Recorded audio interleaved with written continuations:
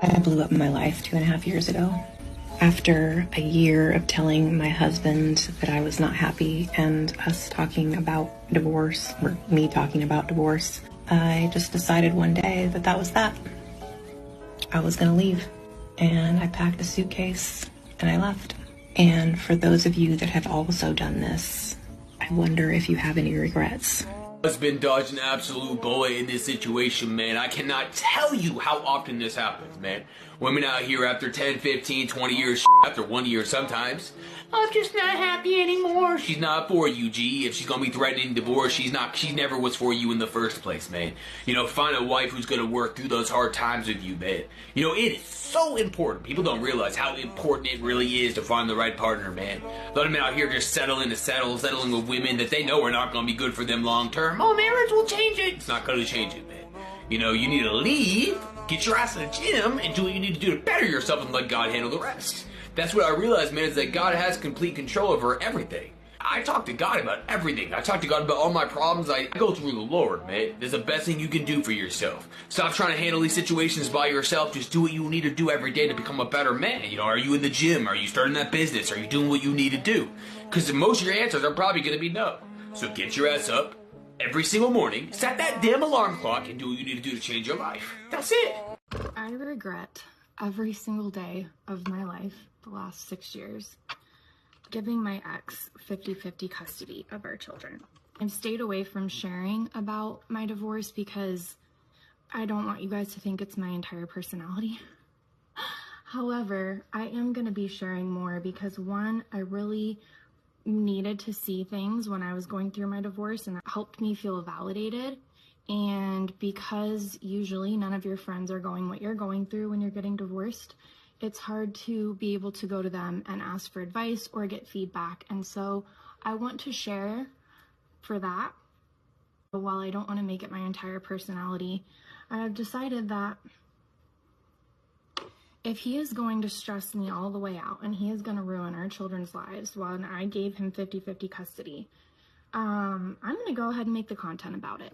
I saw a quote, and it's so true. No man fights harder for 50-50 custody than the man who couldn't even watch the kids while you took a shower for 15 minutes. We were married for 7 years. He was rarely home. He was very much unhelpful. Pretty much checked out our entire relationship on being a husband and being a father. And when I moved out and said, you know, we're getting a divorce, and he saw that I was serious, he quit his job so that he could have a leg to stand on for 50-50 custody. There's a difference between a divorce. A divorce is never fun. It sucks. There's a difference between a regular divorce and divorcing a narcissist and somebody who's abusive. And there was not really physical abuse, but there was a lot of other things, right? And they said, Andrea, he'll calm down after the divorce. So I know this is all really hard. I know that he's being terrible. I know that he's completely out of pocket, but if you don't want to go to trial, give him 50-50, and we can reverse 50-50 if he proves himself to not be a good dad, he's not co-parenting well, all of this stuff. Two things. A narcissist never calms down after a divorce. I wish I knew that. I was also in denial that he was actually a narcissist because that's what they do. They gaslight you, and you're so confused and you don't even know what's happening. Secondly, nowhere, I don't care where you live, is it just a snap of the fingers and a filing to take away 50-50 custody and change that court order. Nobody told me if you want to change it, then you're going to have to spend 40 grand, 2 years of your life, a court battle and a trial for a judge to maybe change it. So for the last 6 years, we have dealt with him not letting me talk to the kids on his week. We are 1 week on, 1 week off. He refuses to sign them up for sports. We have 2 boys. He has gone behind my back multiple times. He has trash talked me to the children that I am just now finding out, because when we got divorced, they were little, okay? Now they're going to be 10 and 13. And so while I refused to trash talk him and I refused to make their dad a thing when they were here, because I just want us to be happy and move along with our life, their dad has been doing his best, what I would call parental alienation. And so now I am navigating. My oldest comes back angry at me because of things that his dad has told him. Some are true, some are not true. Some should never be told to a child. My children should not be involved in our parenting decisions. And he refuses to have parenting discussions with me about where they're going to go to school, about this, that, and the next thing. He just has it with the children and then sends them back here to bully me so that he will get what he wants. So if you're going through a divorce or you're looking to get a divorce, this is what I'll say. I think very few men deserve 50-50 custody. If their actions in the marriage were not 50-50, they do not get 50-50 custody moving forward. If you all are high conflict and he is abusive to you in any sense of the word, he does not get 50-50. And I should have fought harder on the fact that he was never 50-50 in our marriage. But I felt bad for me leaving him, that him and the children would suffer. And so I gave it to him, thinking that he would be grateful and that he would just be a good dad that he's supposed to be, and that if we were not together anymore, there wouldn't be all of that tension and drama, and that he could enjoy his time with his kids and be a good dad. Day 4 of commuting as a divorced gal. I forget that commuting is like really tiring. It felt really different to commute back and forth to the city and not to come home to my big house that I used to live in and to come home to my small apartment. Or I used to get into my car and drive home to my house, and my husband would be there and my son, and now it's my plants. I'm complaining, but it's like, ma'am, this is what did you think? Like you ended your 24-year marriage. You sold your 5-bedroom house. You sold your dream. I'm not gonna lie, like it was really nice to be able to have people over and just have everything like beautiful and perfect and matching and being able to go and sit outside in my backyard.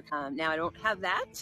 Now my kitchen is my living room and my living room is my kitchen. Damn, dude. So just based off the information that we just got there, she's 53, she ended a 24-year marriage, they have kids, they got divorced, now she's working full-time, and instead of a big family home, now she just has an apartment. That's what she traded. A family, a man, a big home, a man that provided for her children just so she can go be the corporate boss babe. And has to commute every day. We don't have the context for this one just yet, so we'll see how it unfolds. But so far, looking like a yikes. I thought I could talk about this.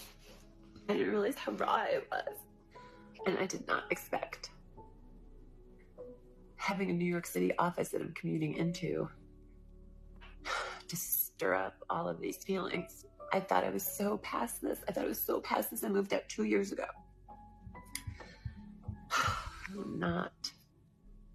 I had a whole wall in our house of like family portraits. Yep. And not in like a corny, horrible way, like in a cool way. Like I had great pictures. And, you know, I only kept the ones of my son, right? And this is one of them. You know, like you put together a life with someone, right? And you think you're going to be with them forever. And that's your plan. And you go into it fully, earnestly, thinking you're going to be with them forever. Then why'd you end it? And then you're not. I took that of my son on a vacation. I think I was still trying, but unhappy, but trying. It's sad. So no one gets married thinking they're going to get divorced. You know, right? What is it? Half of all marriages, or like how many marriages actually end in divorce? Bro, and the like, sad so music many, too. right? Every time I see videos like this is what comes to mind. This is why the snake spoke to Eve.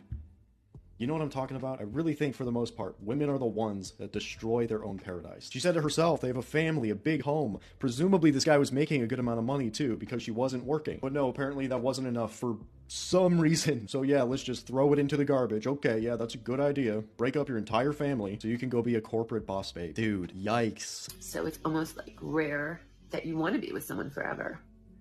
So if you have that, like, oh, it's so fucking awesome. If you don't have it, and you're fighting for it, and then you just can't get there, and then it ends, and then it just feels so awful. I'm like, I'm the one who ended it. This was my choice. I have this, you know, I'm in my apartment, this is all my stuff. This is my choice. You don't expect it to hurt 2 years later. It's with the sad music too. It's like, man, it's hard to even feel bad. She did it to herself. There's no one else to blame. There's no one else around. She decided to end things. So every time I see videos like this, I'm just like, what did you think was going to happen? What did you think was going to happen when you threw away a life that you've been working on for 25 years? Like it was just going to be happy and peachy like it was in your 20s? No, life has now moved on. Oh my God, bro. Oh my God. Me. Sounds like her ex and son got the better deal. Ooh. I was married for 8 years. The wife left to start a better life. She never found it. She used to call every year wanting to come back. I refused to take her back. The best choice I ever made. I met my next wife and we are great together. I no longer feel like I was carrying a piano on my back. Wow. So basically his ex-wife tried to trade up and failed. But what did he do? He traded up and succeeded. Damn. I'm bored with the 5-bedroom house, husband, kids, vacations, and a killer backyard. What I need is an overpriced flat in a grimy big city so that I can enjoy menopause alone. Yikes. Yikes, dude. Oh, God. That is exactly what happened, isn't it? Another victim of social media and envy. Yeah, man. Wow. Thoughts in the comments below. Now, I was waiting on my ex-husband to be a bad person. I was truly waiting on him to do something so bad that it would justify me ending the marriage. Again, I was waiting on my husband to be a bad person. I stayed with the same person for 21 years, created a family. I was in the relationship 21 years, married 17. And I was married to a good man. I was married to a good guy. Did you hear that? She admits it. He was a good man. No cheating, no abuse, no betrayal. And still, she sat there waiting for him to fail just so she can justify leaving. That's the modern divorce mindset. Even a good man isn't safe. The better he behaved, the more trapped she felt. And once he moves on, she realizes she didn't just lose a husband. She lost the kind of man she may never find again. And here's the part that cuts the deepest. While she's crying into her phone, he's leveling up. He didn't chase her. He didn't beg. He accepted her choice and built a better life without her. He replaced argument with admiration, chaos with peace, loneliness with options. And in that moment, the man she thought she could always come back to became the man she will never qualify for again. This is why divorce regrets are exploding. Not because men are gone, but because men are doing better. Men age like wine. More income, more confidence, more options. And women? They're discovering the harshest reality of all. Once he moves on, he moves up. And that's a train you don't get a ticket back on. And here's the kicker. This isn't just one story. It's a pattern. Over and over, women are finding out the hard way that divorce doesn't give them the life that they dreamed of. Instead, it gives them regret they can't escape. Here's why divorce regrets hit hard and why it's exploding all over social media. He moves up. This is the part women hate to admit. Men actually get better after divorce. He's sharper, stronger, and more focused. He hits the gym. He doubles down on his career. He learns from his mistakes. Richer, bolder, and more refined with time. Meanwhile, women, they hit walls society doesn't like to talk about. The dating market doesn't reward them the same way. Every year after the divorce, he levels up while she struggles to even find a replacement. And the irony? The more she talks about her regrets online, the more it highlights just how much better he's doing without her. And when she finally sees him with someone younger, softer, and happier to have him, that's when regret really burns like fire. So I'm ordering old fashions, dirty martinis, and these bars. Then we're going out to steak dinners with my coworkers, and we're ordering expensive bottles of wine. And I'm showing up at home wasted. And I start resenting my husband because he's just like any normal husband probably would do. Like, what are you doing coming home on a Tuesday night at 10:30? Drunk out of your mind? Like, where were you? And so I realized then that I couldn't be married anymore. I was like, this is not going to work out for me because, and again, I'm spinning the truth. I'm telling my family, he's so controlling. I got to get out of this relationship. I mean, he's insecure. It's just, I'm just saying whatever I need to make my family be like, I mean, that doesn't sound anything like him, but like, I guess, yeah, if you're unhappy, go for it. Not go for it. Obviously, my family wasn't like, yeah, get divorced. But I mean, they were like, if it's going to make you happy, like, I guess you have to do what's going to make you happy. And they don't know the real reason why. Yeah. My mom will still say to this day, she watches my TikToks and she's like, I didn't know that you were hiding all this drinking from your ex, like my ex. And I was like, yeah, I know you didn't, because I did whatever I could to make you not know. And my ex-husband would not tell my parents because he knew that would just piss me off. Yeah. So he protected me in a sense, which beginning of December. And I get home and I'm like, I'm moving out. And he's just like, what? And I'm like, yep, I don't want to be married anymore. I want freedom. I feel like you're controlling me. You are always wondering where I am. Just like, yeah, of course he is. But I couldn't, it didn't make sense to me. And I'm experiencing this life of going out and not being tied down to anyone. And I'm like, this is what I missed out throughout my 20s, because I was in a serious relationship from the moment I got out of college to now, and I'm 30 years old. And so I just didn't, so again, I'm justifying. I'm like, I just need a couple years of going out in New York, get it out of my system. I just need it out of my system. It's just all pent up, and I definitely don't have a problem. It's just me needing to live life a little bit. So I move out. That divorce was heartbreaking for him. And for me, but I didn't experience the heartbreak until after I got sober, because I drank through it all. A reporter asked Heather, how did you feel when your best friend encouraged you to divorce, only to immediately get together with your husband? She replied, it's the biggest regret of my life. In 1994, the two fell in love after being introduced by friends. They got married just 7 months after dating. After the wedding, Richie went to rehab for his alcohol problem, and Heather stayed by his side, caring for him until he recovered.